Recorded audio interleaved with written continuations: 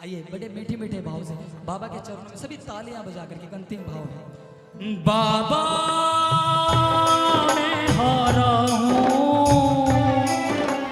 बाबा मैं हारा, बाद का चलो बाबा मैं हारा हूँ, बाबा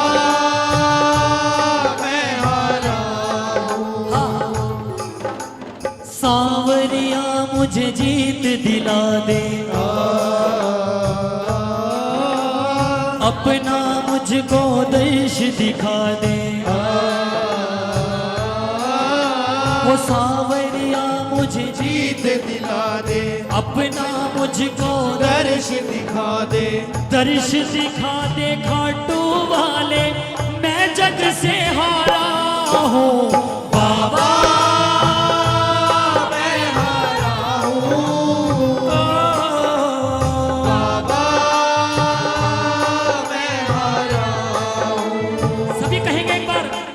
बाबा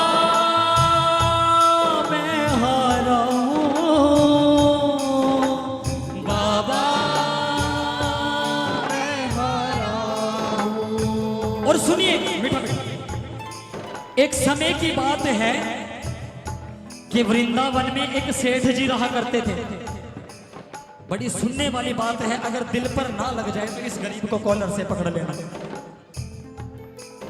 कि वृंदावन में एक सेठ जी रहा करते थे, जिनके पास धन दौलत, गाड़ी बंगले, ऐशो आराम, किसी चीज की कोई कमी नहीं थी। 3-3 बेटे, 3-3 बहुएं, बाबा का दिया सब कुछ था। एक दिन सेठ जी के घर पर एक भिखारी बाबा आ जाते हैं। सेठ जी ने बड़ा मनोहार किया, जैसे चाहा वैसे मनोहार किया, वैसे स्वागत किया बाबा का। अब जब भिखारी बाबा का जाने का समय आया तो वो सेठ जी हाथ जोड़कर खड़े हो गए और आंखों से अश्रुधारा चलने लगी। अब बाबा ने कहा, भिखारी बाबा ने, आप इतने बड़े सेठ जी हो, आपके पास किस चीज की कमी है? आप क्यों हाथ जोड़ रहे हो? अब सेठ जी कहने लगे, बाबा मेरे पास किसी चीज की कोई कमी नहीं है। दुनिया की इतनी दौलत बाबा ने मुझे दी है, गाड़ी बंगले, कोठी कार, ऐशो आराम, 3-3 बेटे मेरे पास हैं, 3-3 बहुएं, पत्नी स्वर्गवास हो चुकी है, किसी चीज की कोई कमी नहीं है। लेकिन बाबा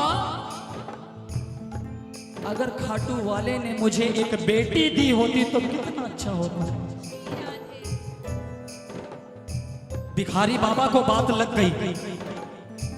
अब कहने लगे, आप वृंदावन की गलियों में रहते हो, क्यों ना राधा रानी को अपनी बेटी बना लीजिए।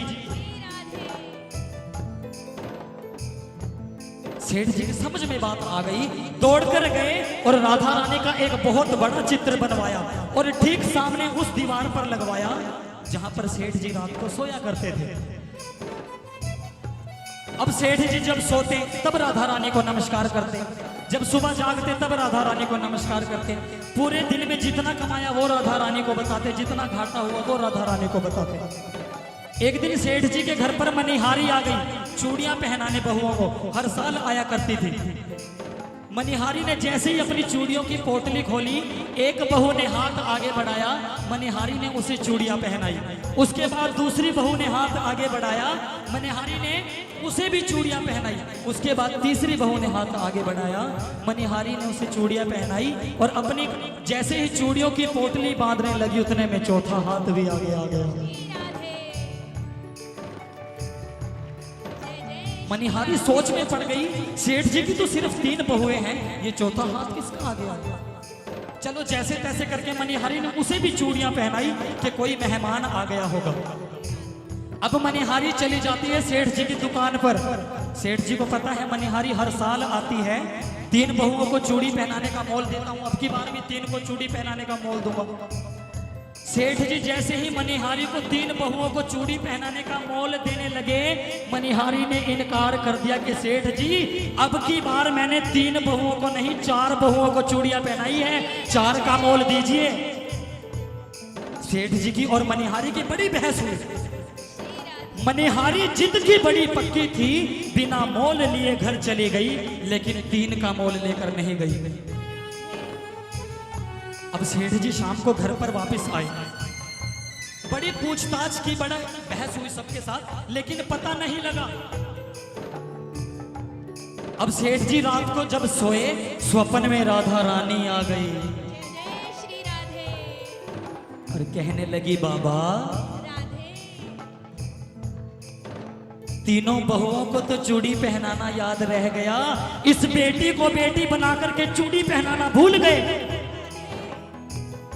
अब सेठ जी स्वप्न में ही रोने लगे, आंखों से अश्रुधारा चलने लगी, आंसू चलने लगे। उठे सेठ जी, दौड़कर गए मनिहारी के द्वार पर। जैसे ही मनिहारी का दरवाजा खटखटाया और मनिहारी के चरणों में गिर गए और कहने लगे कि हे खुदा तेरी क्या माया कि मनिहारी तेरे भाग बड़े, जिसे मैंने अपनाया उसका दर्शन तूने बोले पाया। जय श्री राधे, जय श्री राधे। अब वो सेठ जी बाबा के दरबार में आकर के बाबा से क्या कहते हैं कि बाबा देखो बाबा मेरी हालत, मैं भी तो हूँ तेरा बालक। देखो बाबा मेरी हालत, मैं भी तो हूँ तेरा बालक।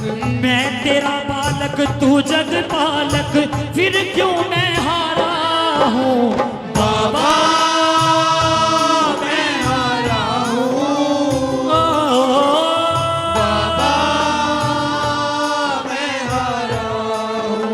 सभी बोलिएगा, बाबा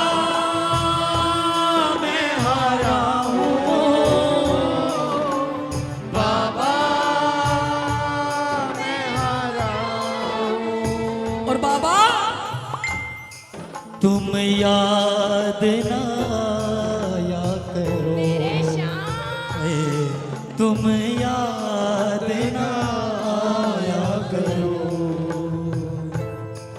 याद आने से पहले तुम आ जाया करो। सभी